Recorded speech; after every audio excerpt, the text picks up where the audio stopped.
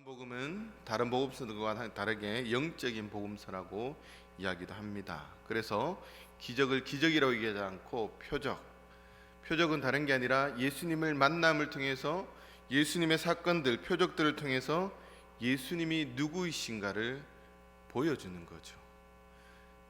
기적은 신앙, 구하는 것에 대한 결과라면 표적은 그것이 아니라 하나님의 역사가 먼저 일어나고 그것을 우리들이 받아들이는, 그 신앙을 받아들이는 그 모습이 바로 요한복음의 표적이라고 이야기할 수 있습니다. 오늘 우리가 읽은 요한복음 21장은 실질적으로 결론이 아니라 후대에 추가된 그런 장입니다. 그것을 알 수 있는 것은 요한복음 20장 31절 말씀을 보면 알 수 있는데, 오직 이것을 기록함은 너희로 예수께서 하나님의 아들 그리스도이심을 믿게 하려 하며 또 너희로 믿고 그 이름을 힘입어 생명을 얻게 하려 함이니라. 이게 실제로 요한복음의 결론이죠. 왜 썼는지에 대한 내용입니다.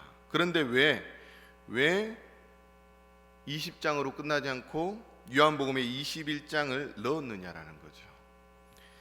21장은 예수님께서 떠난 이후 그의 사역이 제자들에게 승계되어 영원히 지속됨을 천명해 주고 있습니다. 오늘날 제자가 누굽니까? 바로 우리들이죠.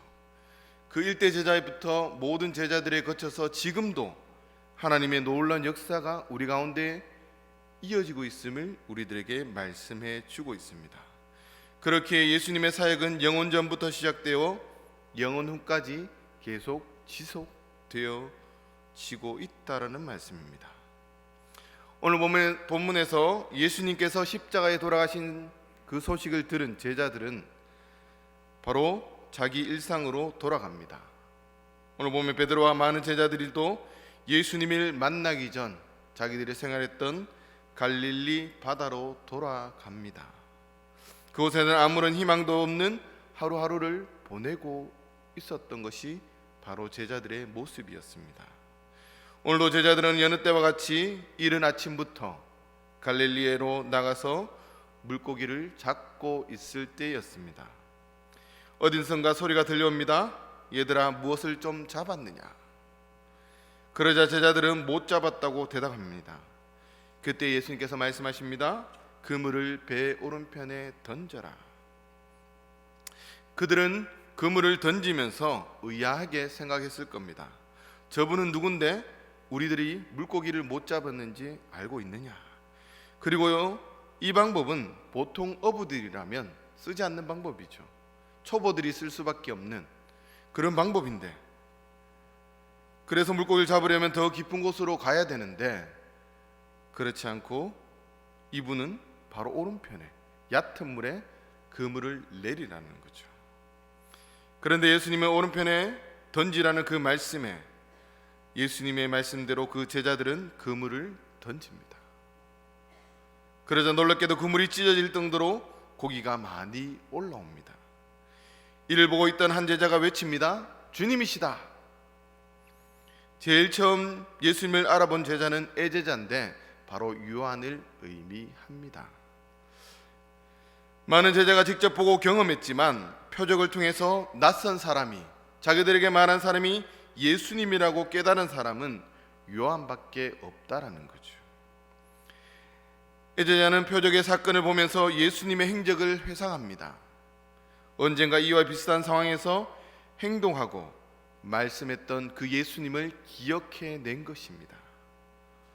감수성이 예민했던 그는 표적보다 그 표적을 행하시는 예수님께 관심이 더 많았고 주목을 했기 때문에 예수님인 것을 알 수 있었습니다. 그리고 베드로에게 소리칩니다. 주님이시다. 그것을 베드로에게 가르쳐 줍니다. 그 소리를 들은 베드로는 다른 제자들보다 겉옷을 먼저 입고 물속에 뛰어들어 수영을 해서 90m쯤 되는 거리를 단숨에 달려갑니다. 그만큼 애탔다라는 말이겠죠. 주님께서 달려간 베드로의 모습을 보면 주님 앞에 나가서 주님, 제가 잘못했습니다. 용서해 주십시오. 아니면 무릎을 꿇고 눈물 흘리면서 주님, 다시는 이렇게 살지 않겠습니다. 한 번만 기회를 주십시오. 그런 기세로 달려가는 모습이었습니다. 그리고 예전과 같은 베드로였다면 당연히 예수님께 잘못했다고 먼저 말을 했던 사람이었겠죠. 그러나 무트로 올라온 베드로는 아무런 말이 없습니다. 주님도 베드로에게 아무런 말을 하지 않습니다. 이 시간은 베드로가 예수님을 모른다고 부인한 후 개인적으로 처음 만나는 그런 자리였습니다. 주님께서 그런 베드로에게 무엇인가를 말씀하실 것 같은데 아무런 말이 없습니다.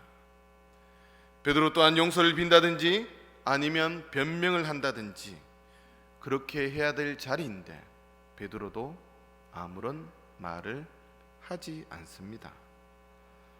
베드로가 처음에 육지에 올라왔을 때 처음에 눈에 띈 것이 무엇일까요? 무엇이겠습니까? 예수님이겠습니까? 뭐였을까요? 숯불이었습니다. 여기서 요한이 사용한 숯불이라는 용어는 헬라어로 인드리퀴아라는 단어인데 가야바 법정에서 베드로가 쬐고 있던 그 숯불과 같은 단어입니다. 요한복음 18장 18절 말씀에 그때 추운 거로 종과 아랫사람들이 불을 피우고 서서 쬐니 베드로도 함께 서서 쬐더라. 그리고 오늘 말씀 9절에 육지에 올라오고 보니 숯불이 있는데 그 위에 생선이 놓여 있고 떡도 있더라라고 말씀합니다. 처음에는 예수님의 얼굴을 봤겠죠. 그러나 그것보다 더 집중한 것은 바로 숯불이었을 겁니다. 저자 요한은 여기에 놓여 있는 숯불이 마치 가야바 그 제사장의 집에서 베드로가 쬐고 있던 그 숯불과 똑같다라는 그런 표현을 하고 있는 것입니다.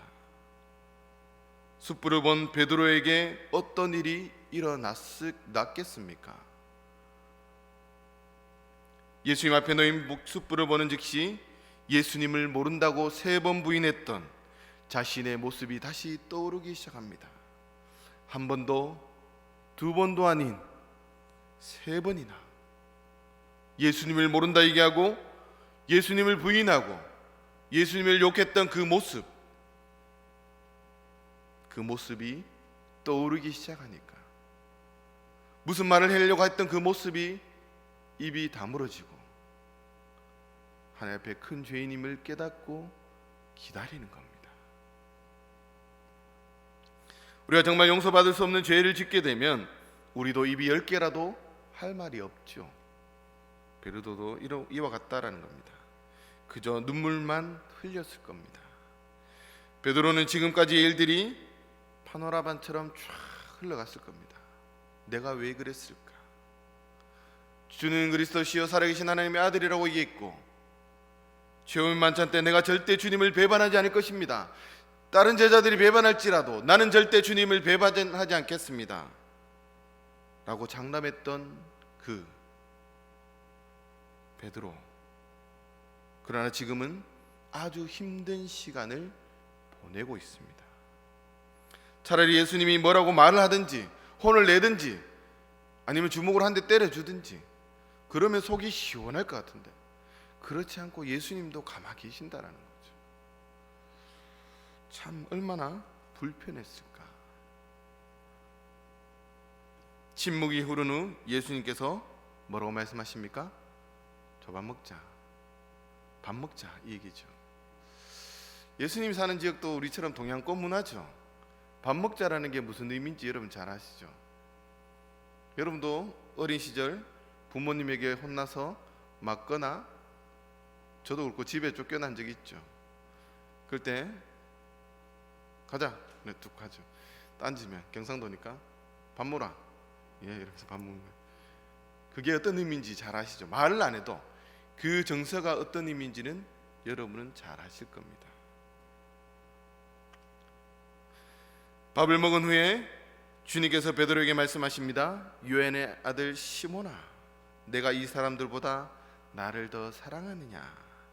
그것도 한 번이 아닌 3번이나 물으셨습니다. 어찌 보면 예수님은 참 짓궂으시죠. 한 번만 물어도 되는데 똑같이 3번. 가장 결정적인 순간에 배반한 사람에게 나를 사랑하고 있느냐라고 묻는 거예요. 입이 10개라도 할 말이 없지 않습니까? 가장 고통스러운 순간에 배반한 베드로가 무엇이라고 대답할 수 있었겠습니까?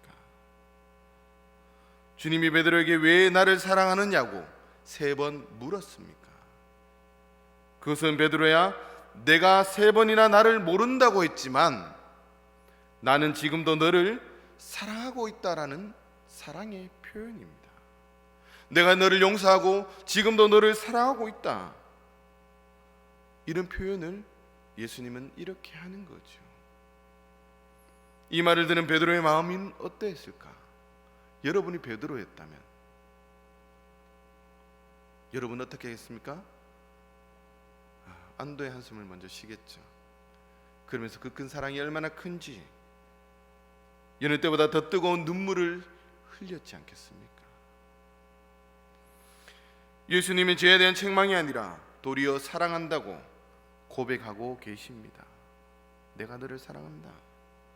주님께서는 갈릴리에서 만남을 통해서 부활을 체험하시고 교회를 섬기는 직분과 세계 선교를 맡기기 위함도 있었지만 그보다 더 중요한 것이 있었는데 그것은 베드로와 제자들의 죄책감이었습니다. 그리고 상처, 아픔을 치료해 주기 위해서였다라는 거죠. 선교보다도 먼저 신앙으로 회복시켜 주시는 것이 하나님의 놀라운 사랑이었다라는 거죠. 시편 147편 3절의 말씀처럼 상심한 자들을 고치시며 그들의 상처를 싸매시는 그 하나님께서 오늘 제자들과 베드로를 위해서 만든 자리였다라는 겁니다. 제자들이 예수님을 찾아온 것이 아니라 예수님이 직접 누구를 찾아왔습니까? 제자들을 찾아오셨다라는 거죠. 그것이 하나님의 놀라운 표적입니다. 오늘도 마찬가지입니다. 오늘도 하나님께서 우리를 찾아오시고 우리 가운데 말씀하시는데 우리는 그 하나님을 느끼지 못하고 인식하지 못하니까 우리가 그 하나님의 사랑을 알지 못하고 깊이 체험하지 못하는 겁니다. 오늘 아침에 눈을 떠서 지금까지 살면서 하나님이 우리 가운데 쏟으신 그 놀라운 역사하심, 그것들이 얼마나 많이 있습니까? 그러나 우리는 그것을 보지 못하고 기적의 신앙, 하나님 이거 주십시오, 난 이렇게 해주십시오, 그리고 응답받으면 거기에 대한 기적이 응답되었다라고 얘기하는 거죠. 그러나 오늘 보면 예수님이 제자를 찾아오셔서 제자들을 회복시켜 주시는 겁니다. 주님께서 이 땅 가운데 오셔서 우리를 회복시켜 주셨던 것처럼 오늘도 우리를 찾아오시는 겁니다. 상처를 가지고는 교회를 기도의 지도자가 될 수 없었기 때문이고, 또한 바르게 하나님의 사역을 감당할 수 없었기 때문에, 또한 교회와 이웃을 바로 섬길 수 없었기 때문에, 그래서 주님은 베드로와 제자들의 신앙을 회복시키기 위해서 오늘과 같은 사건을 만드시고 재현하신 것입니다. 숯불을 통해서 베드로의 자신의 잘못을 인식시키십니다. 그 후 조반을 먹으면서 베드로와 제자들을 치유하기 시작하십니다. 혼냈다면 이 치유는 이루어지지 않았겠죠. 당연한 것처럼 베드로도 받아들였을 겁니다. 왜? 자기의 죄에 대한 벌을 받았기 때문에. 그러나 주님은 그것을 사용하지 않았습니다. 말도 하지 않았다는 거죠. 숯불은 지금까지 베드로의 징크스였습니다. 아픔이었다라는 거죠. 숯불을 통해서 우리의 죄와 허물을 보여주시는 겁니다. 다시 베드로에게 보여주시는 겁니다.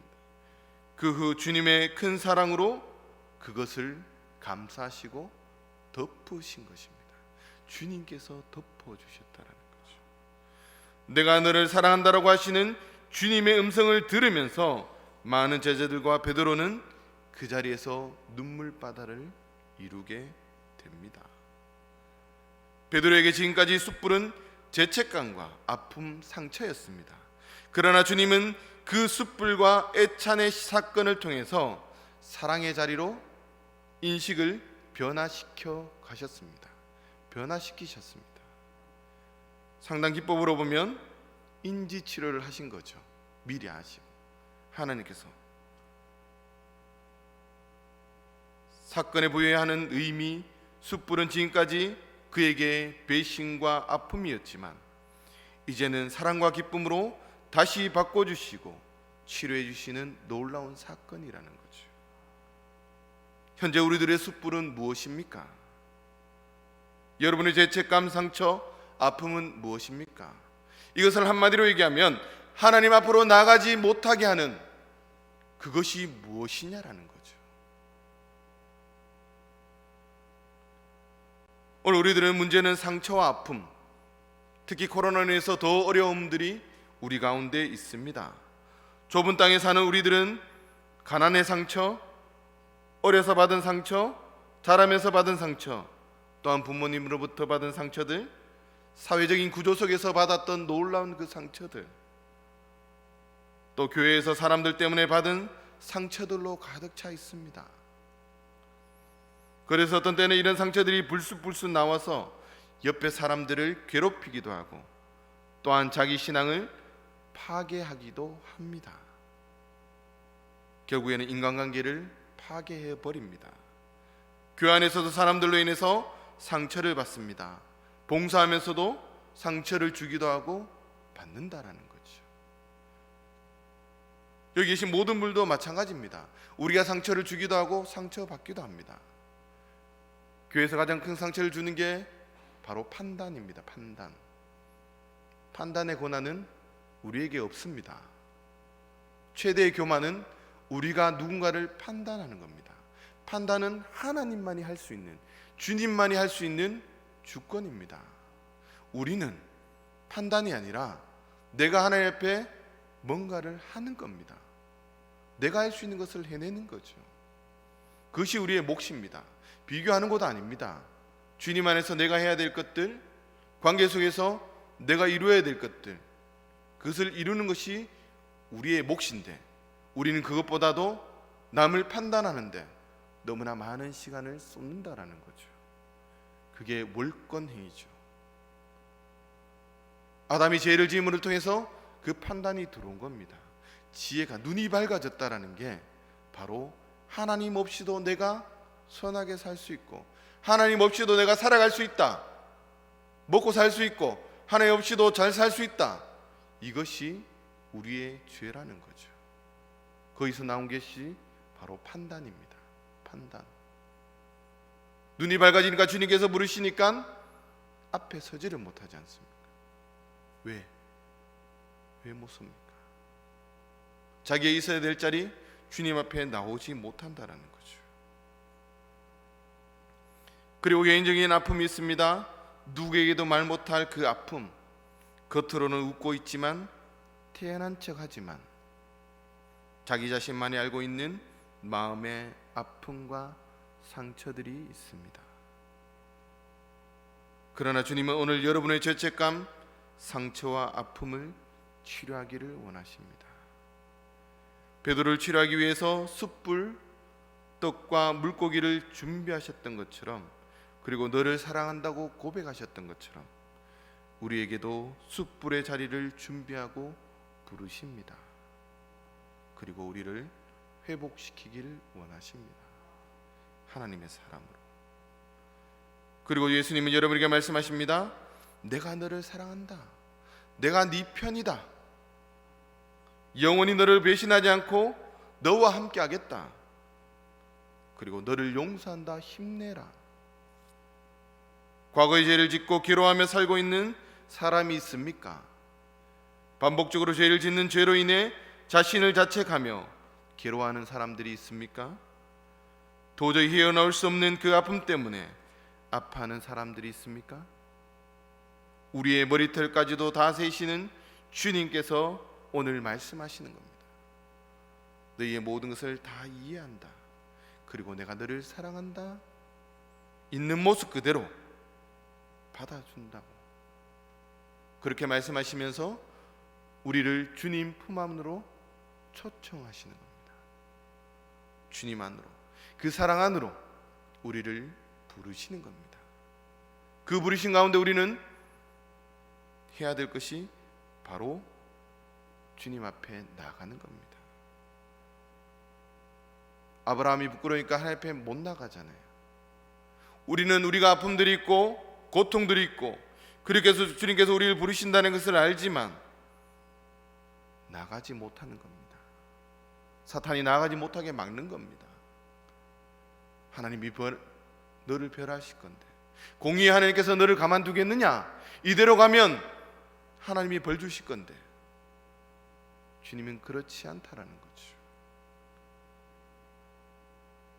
주님께서 우리를 초청하십니다. 우리를 부르신다라는 거죠. 그 예수님 앞에 우리의 죄책감, 상처나 아픔들을 내어놓아야 됩니다. 그리고 치유해 주시도록 우리는 기도해야 합니다. 우리가 아파할 때 우리 하나님은 더욱더 아파하신다라는 거죠. 그것이 돌아온 탕자에 너무나 잘 나와 있지 않습니까? 우리들이 세상 가운데 살 때 주님이 기뻐하시는 삶을 살 때 주님께서는 우리가 돌아오기를 기다리십니다.